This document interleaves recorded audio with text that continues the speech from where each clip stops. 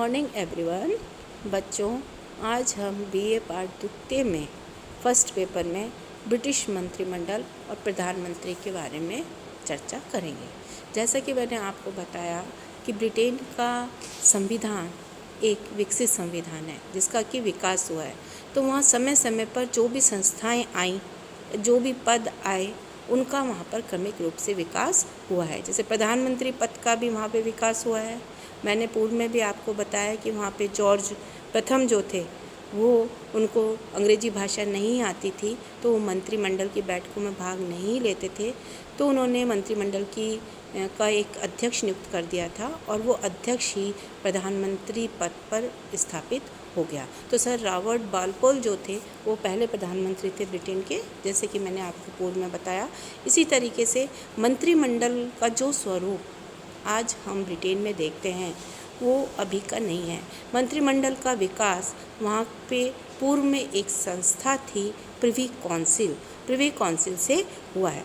तो शासन का प्रत्येक कार्य यदि हम कहें तो सम्राट के नाम पर होता है, लेकिन वास्तव में स्थिति ये है कि वास्तविक कार्य वहाँ प्रधानमंत्री और मंत्रिमंडल करता है। तो बच्चों, जब हम ब्रिटेन के संविधान को देखते हैं तो उसके संविधान का विकास 6 कालों में हुआ है। तो वहाँ पर पहले कार्यों को करने के लिए 2 संस्थाएं थीं, क्यूरिया रेंजिस और प्रिवी काउंसिल सम्राट को सलाह देने वाली संस्था थी, जो प्रशासनिक कार्यों में सम्राट को सलाह देती थी।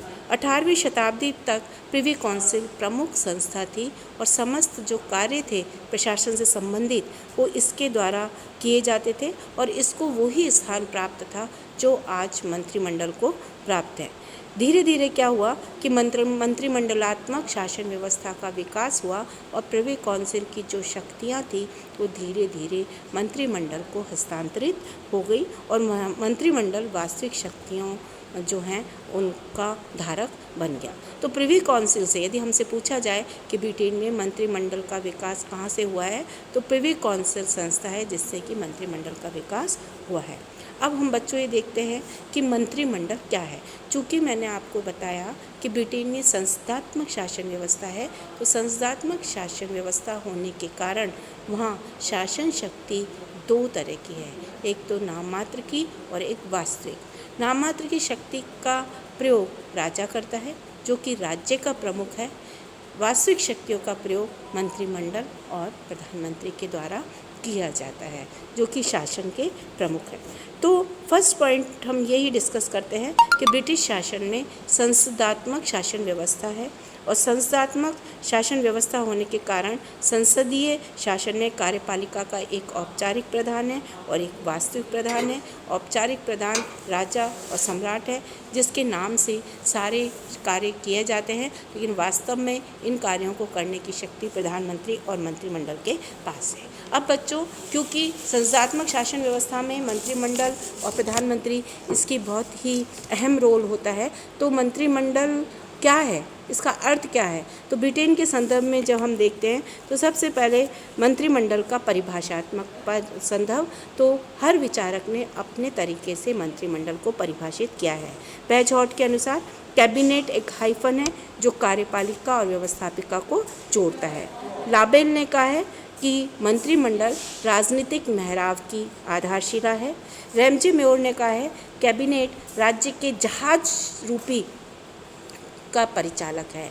एक जहाज है कैबिनेट, उसका परिचालक है कैबिनेट राज्य का।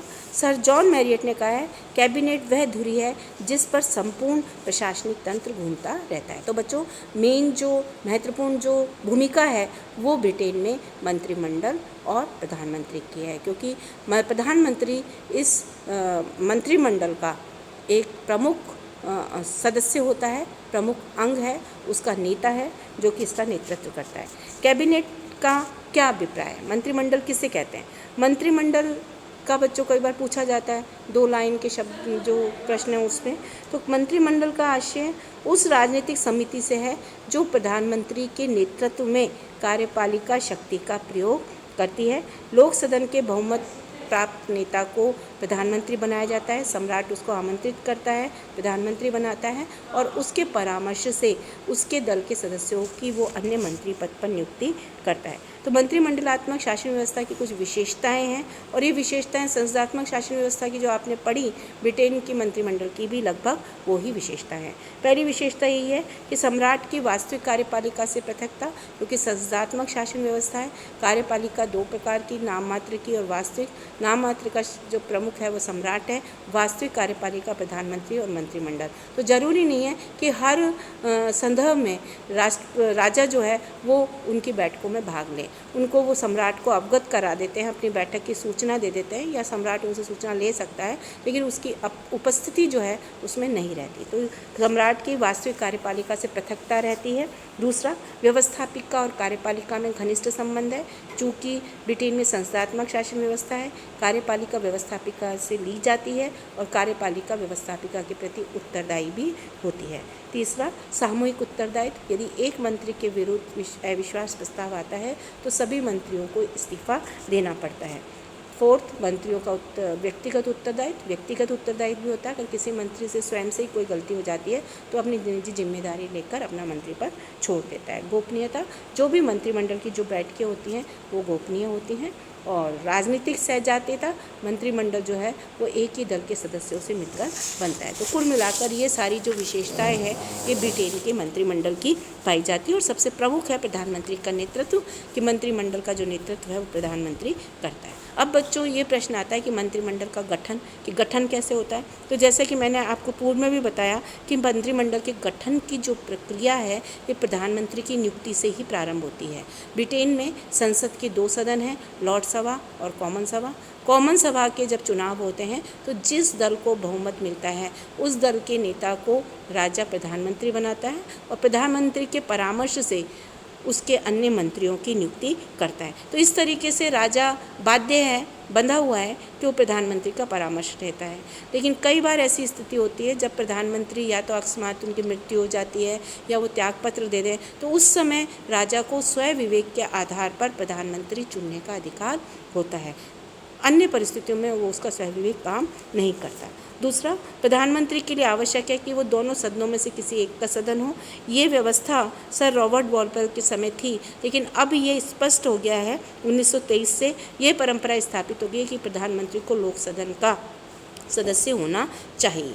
नेक्स्ट, मंत्रिमंडल के सदस्यों को भी संसद का सदस्य होना आवश्यक है। यदि कोई व्यक्ति मंत्री की नियुक्ति के समय संसद के दोनों सदनों में से किसी का सदस्य नहीं है तो वो 6 महीने का ही मंत्री रह सकता है। उसको ये आवश्यक है कि वो कहीं से भी उपचुनाव या कहीं से भी जीत कर वो संसद का सदस्य बने। उसका दोनों सदनों में से कम एक सदन में प्रतिनिधित्व होना चाहिए। और साथ ही साथ यदि हम देखें तो मंत्रिमंडल में दोनों सदनों के सदस्य शामिल होते हैं। लॉर्ड सभा के कम से कम 4 सदस्य होने चाहिए, क्योंकि बच्चों जैसा कि मैंने आपको बताया कि लॉर्ड सभा ऊपरी सदन है, उसकी सदस्य संख्या 1000 के लगभग होती है और ये सारे अनुवांशिक सदस्य होते हैं जिनका कि चयन वंशानुगत आधार पे या राजा जिनको चुनता है। तो ज़रूरी नहीं है कि वहाँ से मंत्री ज़्यादा हों, लेकिन कम से कम 4 सदस्य उसमें होने चाहिए। और ये भी पूर्व में मैंने आपको बताया था कि 1911 और 1949 के जो 2 अधिनियम आए थे उससे लॉर्ड सभा की शक्तियाँ कम हो गई थी और कॉमन सभा की शक्तियाँ बढ़ गई थी। तो कहीं लॉर्ड सभा पंगु संस्था नहीं हो जाए,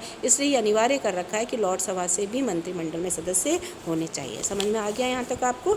अब नेक्स्ट है मंत्रिमंडल की सदस्य संख्या को जब हम देखते हैं तो सदस्य संख्या का निर्धारण करना, उनके स्तर निश्चित करना, उनके विभागों का वितरण करना, ये कार्य प्रधानमंत्री का है। प्रधानमंत्री एक बार मंत्रिमंडल बनने के बाद यदि चाहे तो वो उसमें फेरबदल भी कर सकता है और कभी किसी दल को यदि पूर्ण बहुमत नहीं मिलता है तो प्रधानमंत्री जो है वो संयुक्त मंत्रिमंडल भी निर्मित कर सकता है। युद्ध काल में युद्ध का सामना करने के लिए अलग से एक मंत्रिमंडल में से आंतरिक समिति का गठन किया जाता है, जिसे कि युद्ध मंत्रिमंडल कहा जाता है। तो उसको सारा दायित्व दिया जाता है कि वो किस तरीके से इस संकट का मुकाबला करेगा। तो ये युद्ध मंत्रिमंडल का भी गठन कर सकता है। और साथ ही साथ ब्रिटेन की एक खासियत है कि वहाँ जितना आदर सत्ता पक्ष मंत्रिमंडल को मिलता है उतना ही विपक्ष के मंत्रिमंडल को भी मिलता है। बच्चों, संसद में दोनों पार्टी होती है, एक तो वो दल जिसको बहुमत मिला है, एक वो दल जिनको बहुमत नहीं मिला है। तो जो विपक्षी हैं वो जो मंत्रिमंडल का निर्माण करते हैं उसको छाया मंत्रिमंडल भी